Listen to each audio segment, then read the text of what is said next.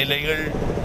இந்த இலங்கையில் வாழ்கின்ற தமிழ் மக்கள் எத்தனையோ நூற்றுக்கணக்கான ஆண்டுகளாக அங்கு வாழ்கின்றார்கள்.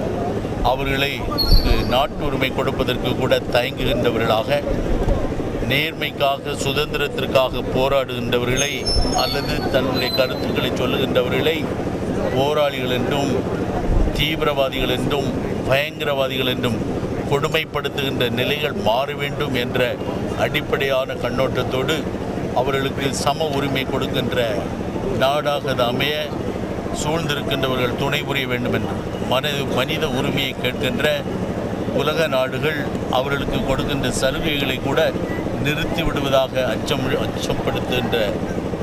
கொடுக்கின்ற அளவுக்கு பேசுவதை எல்லாம் கேட்டிருக்கின்றோம்.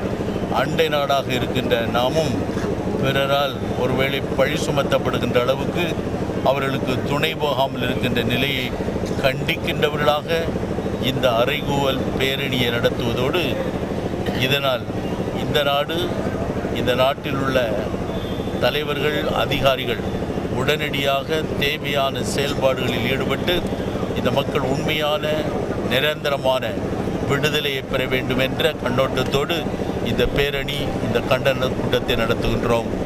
உரிமை இல்லாமல் இரண்டாம் தர நாலாம் தர குடிமக்களாக நடத்தப்பட்டுக் கொண்டிருக்கிறார்கள். இது இன்னைக்கு நேரத்துக்கு நடக்கிற கதை இல்லை.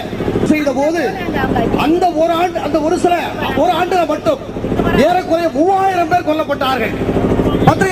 அப்படிப்பட்ட ஒரு சூழ்நிலை 1981ஆம் ஆண்டு ஒரு யாழ்ப்பாணத்தில் இருந்த உலக தமிழ் மாநாடு நடத்த போவதாக கலைஞர் சொல்லி இருக்கிறார். 2010 கோயம்புத்தூர்ல உலக தமிழர் மாநாடு கூட்ட போகிறாராம். அந்த உலகியான காட்சிகள் எல்லாம் இன்றும் எனது மரக்கண்ணுடைய இருக்கின்றன. நான் போறது அங்கே இருக்கக்கூடிய அங்கெல்லாம் சாயங்காலம் 6 மணிக்கு மேல யாரும் கைகளை கீழே போட்டுக்கொண்டு 2 கை கீழே போட்டு நடக்க முடியாது.